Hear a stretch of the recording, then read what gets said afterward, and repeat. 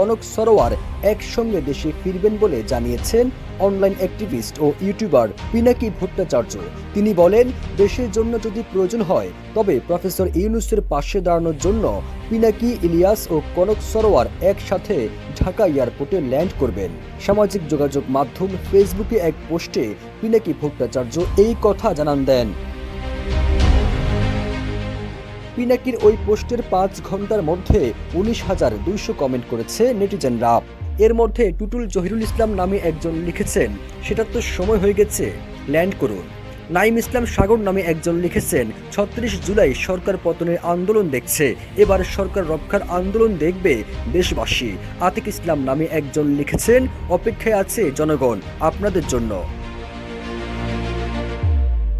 বাংলাদেশের রাজনৈতিক অঙ্গনে খুব দ্রুত সময়ের মধ্যে একের পর এক ঘটনা ঘটছে।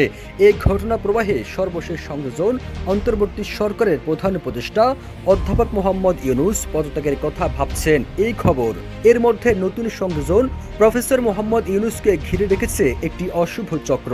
এই চক্রে রয়েছে 7 জন, ভেতরে 4, বাহিরে 3। এরা সবাই সুশিক্ষিত। একটি চরম দক্ষিণপন্থী রাজনীতির সঙ্গে তাদের প্রচণ্ড ঝোঁক রয়েছে। এই চক্রটি চায় না নির্বাচনের দিকে দেশ এগিয়ে যাক। তাদের মতলব অন্য, তারা প্রফেসর ইউনূসকে জনবিচ্ছিন্ন করতে চায়। এই প্রেক্ষিতে বিশ্লেষকরা বলছেন, প্রফেসর ইউনূস পদত্যাগ করলেই সব সংকটের সমাধান হয়ে যাবে এটা মনে করার কোনো কারণ নেই, বরং সংকট আরও তীব্র হবে।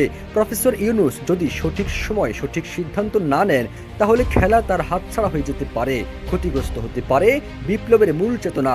এদিকে এক অসমর্থিত সূত্রে জানা গেছে, এমন অবস্থা মোকাবেলায় একটি জাতীয় সরকার গঠনের দৌড়ঝাঁপ শুরু হয়েছে।